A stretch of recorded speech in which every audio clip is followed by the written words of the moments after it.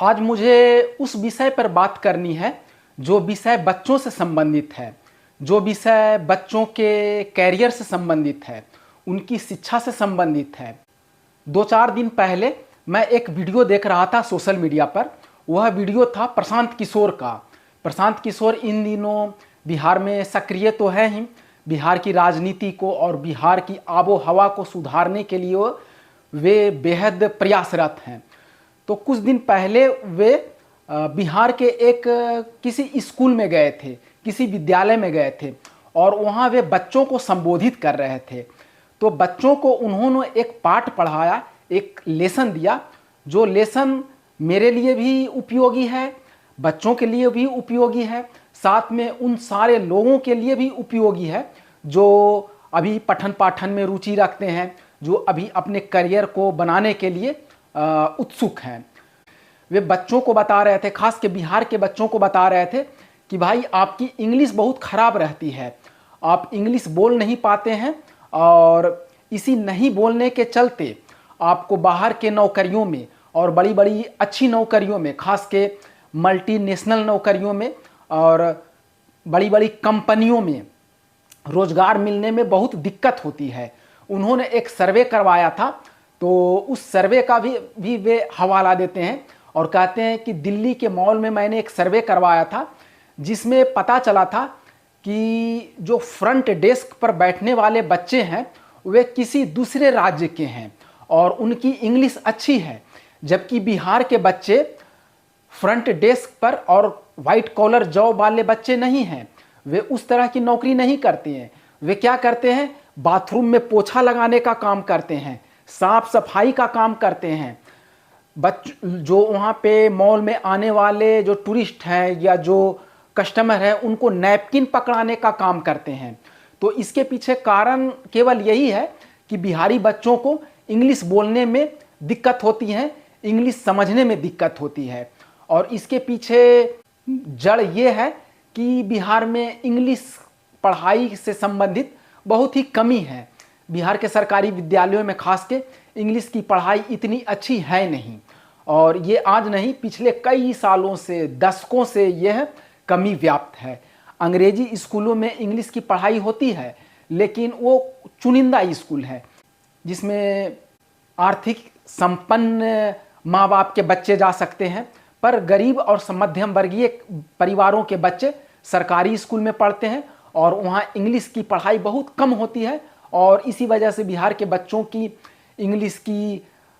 शिक्षा बहुत कमज़ोर रह जाती है, जिसका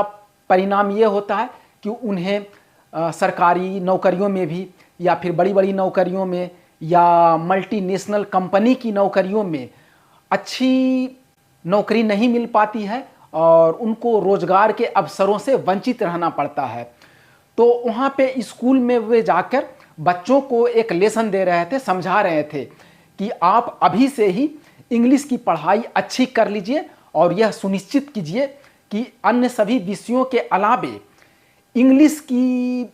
भी पढ़ाई अच्छी रहे और इंग्लिश में भी आप अपने आप को मजबूत करें। तो इंग्लिश में मजबूत करने का सबसे सुगम मार्ग ये है कि आप इंग्लिश के किसी भी अखबार को उठा लें और उसको बोल बोल कर पढ़ें। बोल बोल कर पढ़ने से ये होता है कि आप जिस शब्द पर या जिस वाक्य पर अटकते हैं उसका प्रोनाउंसिएशन करने की कोशिश करते हैं, उसका उच्चारण करने की कोशिश करते हैं।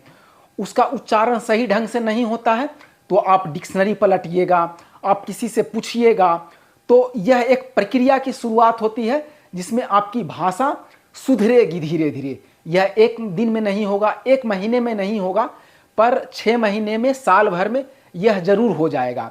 लेकिन जब उसी विषय को, इंग्लिश जैसे विषय को अगर आप चुपचाप केवल पढ़ते जाते हैं एक कहानी के रूप में, तो आप उन शब्दों को जो कठिन शब्द है, उन वाक्यों को जो आप समझ नहीं पा रहे हैं, उनको सीधे क्रॉस करते हुए आगे बढ़ते जाइएगा, उसको नज़रअंदाज करके आगे बढ़ते जाइएगा। तो जो कठिन वाक्य हैं, जो कठिन शब्द है, वह ताउम्र जिंदगी भर आपके लिए कठिन रह जाएगा और उसका अर्थ समझ में नहीं आएगा।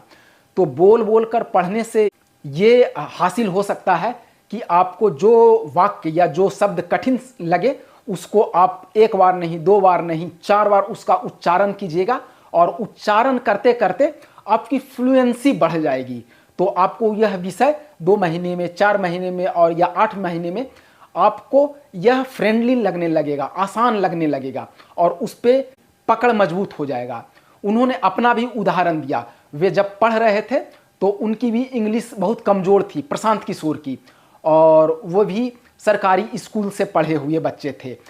तो जब वे पटना के साइंस कॉलेज, जो कि सबसे टॉप क्लास का उस समय का, आज से एक दशक पहले बिहार का सबसे टॉप क्लास का कॉलेज माना जाता था, वहाँ पर जब उन्होंने पढ़ाई शुरू की तो इंग्लिश विषय को लेकर उन्हें बहुत कठिनाई हुई। तो इसी प्रक्रिया को उन्होंने अपनाया और आज वे हिंदी, इंग्लिश और इसी प्रक्रिया के तहत वे फ्रेंच भी बहुत अच्छी बोल लेते हैं, जिसका उनका दावा है। तो इसी बात को वे समझा रहे थे बच्चों को और एक लेसन के तौर पर, एक आदर्श शिक्षक के रूप में, एक समाज के अगुआ के रूप में वे बच्चों को गाइड कर रहे थे। तो यह बात मुझे बहुत ही शिक्षाप्रद लगी। तो इस बात का जिक्र मैं अपने सोशल मीडिया प्लेटफॉर्म पर करने से मैं वंचित नहीं होना चाहता हूँ। साथ में मैं एक यह लेसन भी ले जा रहा हूँ कि चूँकि मैं अपने हिंदी के उत्थान के लिए प्रयासरत हूँ, तो मैं भी ये कोशिश करूँगा कि जब मैं साहित्य की कोई किताब पढूं तो कोशिश करूंगा कि उसको बोल कर पढूं, ताकि मेरी हिंदी भाषा की जो मजबूती है, या जिसके लिए मैं प्रयासरत हूं कि हिंदी भाषा की मेरी फ्लुएंसी या मेरी मजबूती और बढ़ जाए, जिसका रिफ्लेक्शन या जिसकी अभिव्यक्ति मैं सोशल मीडिया पर देता हूं, तो वह और बेहतर रूप से निखरे। जिस विषय के बारे में मैं बात करना चाहता हूं, उसको हिंदी माध्यम से मैं उसको और बेहतर तरीके से सोशल मीडिया पर रख सकूं, जिसमें साहित्य हो, जिसमें राजनीति हो, जिसमें गाने हो, जिसमें फिल्म का रिव्यू हो, जिसमें कहीं किसी घूमने वाली जगह का एक ब्लॉग के रूप में अभिव्यक्ति हो। तो उन विषयों को मैं बेहतर तरीके से अपने सोशल मीडिया प्लेटफॉर्म पे एक शौकिया रूप से रख सकूं। तो उसके लिए मैं भी एक लेसन लेकर जा रहा हूं कि प्रशांत किशोर ने जो समझाया था कि जब भी आप किसी भाषा को पढ़ें, खास के इंग्लिश भाषा को, जो बिहारियों की सबसे कमज़ोर भाषा है और जिसकी सबसे ज़्यादा दरकार है आज कैरियर में, नौकरियों में, तो उस भाषा को आप जोर से बोल कर पढ़ें। तो इसी बात को, इसी विषय को आज मैं अपने सोशल मीडिया प्लेटफॉर्म पर रखना चाह रहा था कि प्रशांत किशोर न केवल एक राजनीतिज्ञ है, न केवल एक स्ट्रेटेजिस्ट है, न केवल एक राजनीतिक सुधारक है, अपितु एक कुशल शिक्षक भी हैं कि जब वे विद्यालयों में जाते हैं तो विद्यार्थियों को एक पढ़ाई लिखाई से संबंधित रोचक, बहुत अच्छी बातें भी समझा के जाते हैं, जो शिक्षाप्रद भी है और जीवन में उतारने लायक भी है। तो इन्हीं बातों के साथ जय हिंद।